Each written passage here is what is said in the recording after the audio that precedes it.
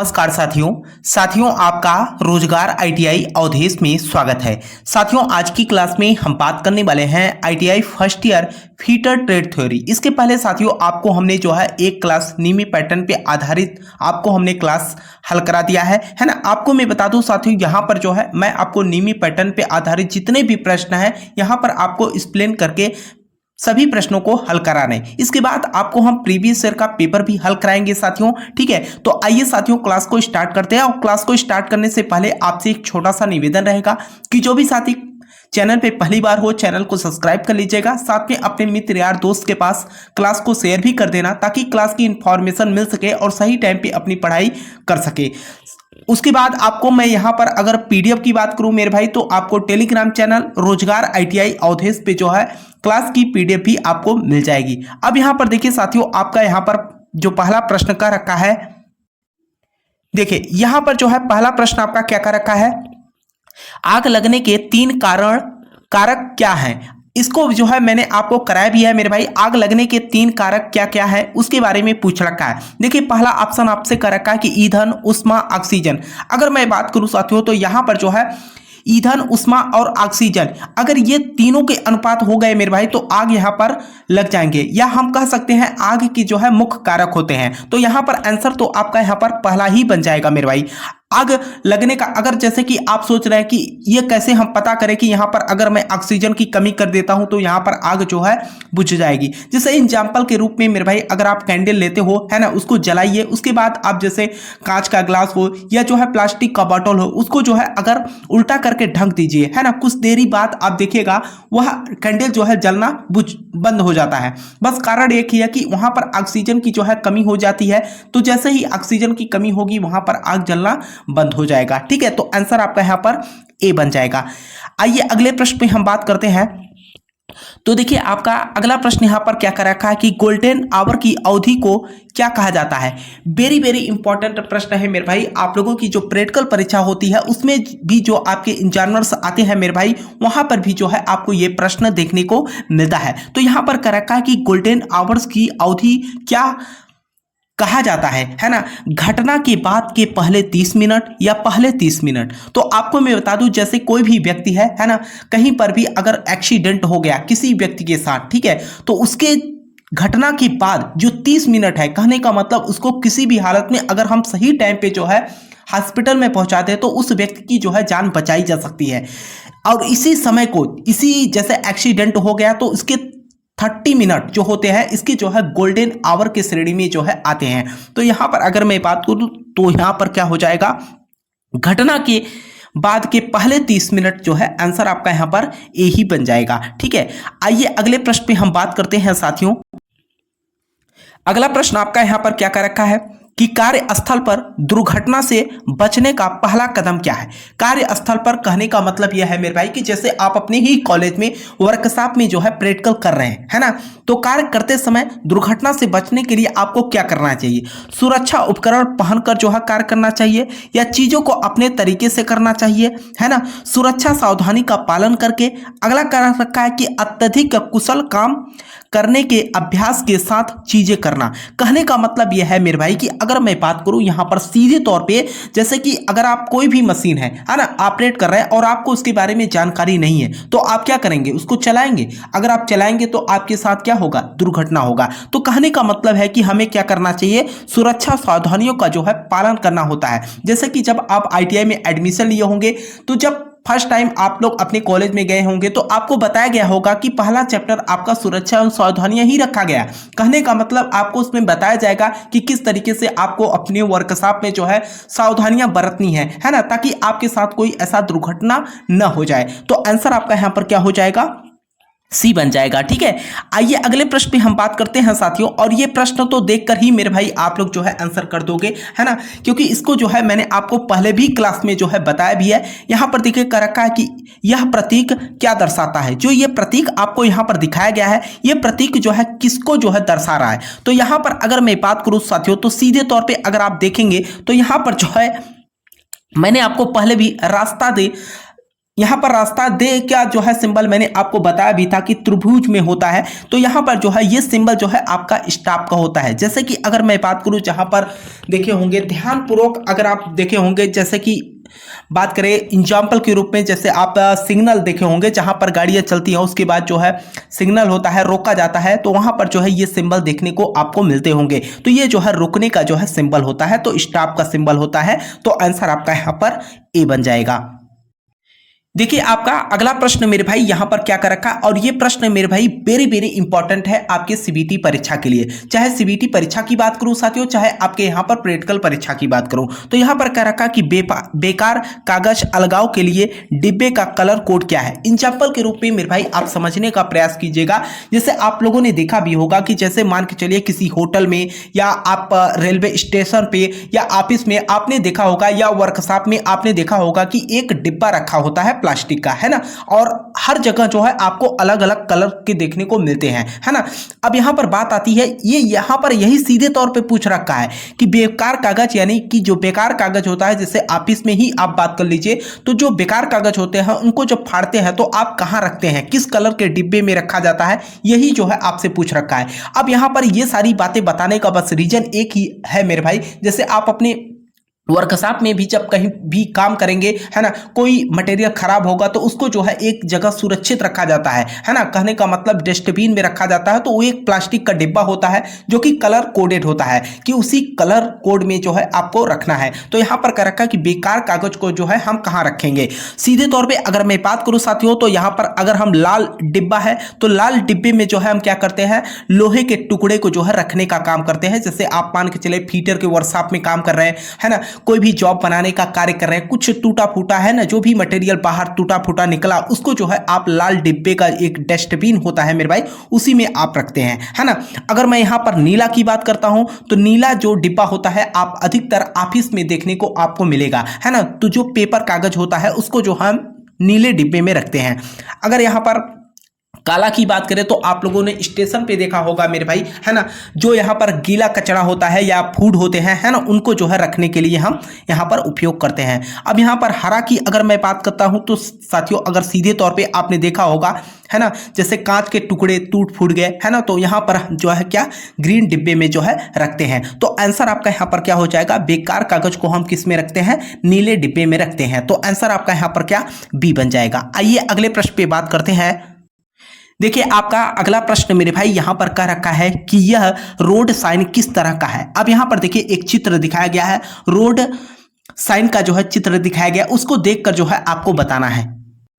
अब यहां पर देखिए साथियों, जो रोडवे का यहां पर आपको सिंबल से दिखाया गया है, इसको देखकर आप समझ सकते हो मेरे भाई, है ना। अब यहां पर देखिए कोई एक रास्ता है और यहां पर दिखाया गया है ये दिल्ली का रास्ता है, और इधर भी दिल्ली जाने का रास्ता है, इधर भी एक तरीके से अगर मैं कहूं साथियों तो यहां पर जो है आपको एक तरीके से संकेत दे रहा है ना। तो यहां पर जो है अगर मैं बात करूं सीधे तौर पर अगर यहां पर देखा जाए तो आपका आंसर क्या हो जाएगा, यहां पर आप लोग जो है यहाँ पर कमेंट बॉक्स में कमेंट करके भी बता सकते हो। तो ये जो है एक तरीके से अगर देखा जाए तो ये जो आपको सिग्नल दिख रहा है, ये जो है एक तरीके से सूचना देने का जो है आपको काम कर रहा है, ठीक है। तो आंसर आपका यहाँ पर क्या हो जाएगा, डी बन जाएगा। सावधानी के संकेत, सावधानी के संकेत क्या होते हैं इसके बारे में मैंने आपको बताया भी है, और अनिवार्य संकेत क्या होते हैं, सूचनात्मक संकेत क्या होते हैं, इसके बारे में ऑलरेडी मेरे भाई मैंने आपको बताया है, ठीक है। तो आंसर आपका यहाँ पर क्या डी बन जाएगा। देखिए अगला प्रश्न आपका यहाँ पर क्या करा है। अगर मैं अगले प्रश्न की बात करता हूं तो कह रखा है कि ज्वलनशील और बहने वाले तरल आग के लिए किस अग्निशामक यंत्र का उपयोग किया जाता है। ज्वलनशील और बहने वाले तरल आग के लिए किस अग्निशामक यंत्र का उपयोग किया जाता है। तो यहां पर अगर मैं अग्निशामक यंत्र की बात करता हूं साथियों, तो सीधे तौर पे आपको भी पता है कि हेलान जो होता है आपके बिजली से संबंधित अगर आग लगी हो तो वहां पर जो है हम बुझाने का कार्य करते हैं, है ना। ड्राई पाउडर की अगर मैं बात करूं साथियों, तो जैसे आपके गैस सिलेंडर में जब आग लगता है तो उस आग को जो है हम वहां पर बुझाने का जो है कार्य करते हैं, यानी कि उस अग्निशामक यंत्र का उपयोग करते हैं। तो यहां पर जो पूछा गया, कहा गया कि ज्वलनशील और बहने वाले तरल आग के लिए किस अग्निशामक यंत्र का जो है उपयोग करते हैं, है ना। कहने का मतलब है मेरे भाई अगर यहाँ पर अगर मैं बात करूं साथियों, सीधे तौर पे अगर देखें तो जो आपके पेट्रोलियम पदार्थ होते हैं, है ना, जैसे कि डीजल, पेट्रोल, इसमें जो आग लगे होते हैं तो यहाँ पर जो है हम फोम के माध्यम से जो है बुताने का प्रयोग करते हैं। तो आंसर आपका यहाँ पर ए बन जाएगा। देखिए आपका अगला प्रश्न यहाँ पर क्या कर रखा है। अगर मैं अगले प्रश्न की बात करता हूं तो यहाँ पर कर रखा है कि प्राथमिक चिकित्सा के एबीसी में ए क्या दर्शाता है। प्राथमिक चिकित्सा के एबीसी में ए क्या दर्शाता है जो है ये पूछ रखा है। अब ये है क्या, उसके बारे में आप यहाँ पर देखिएगा साथियों। देखिए अगर मैं देखूं साथियों तो पहला ऑप्शन कर रखा है कि एयरवे अटेंशन, तो यहां पर जो है अगर बात करें साथियों तो यहां पर एयरवे हो जाएगा।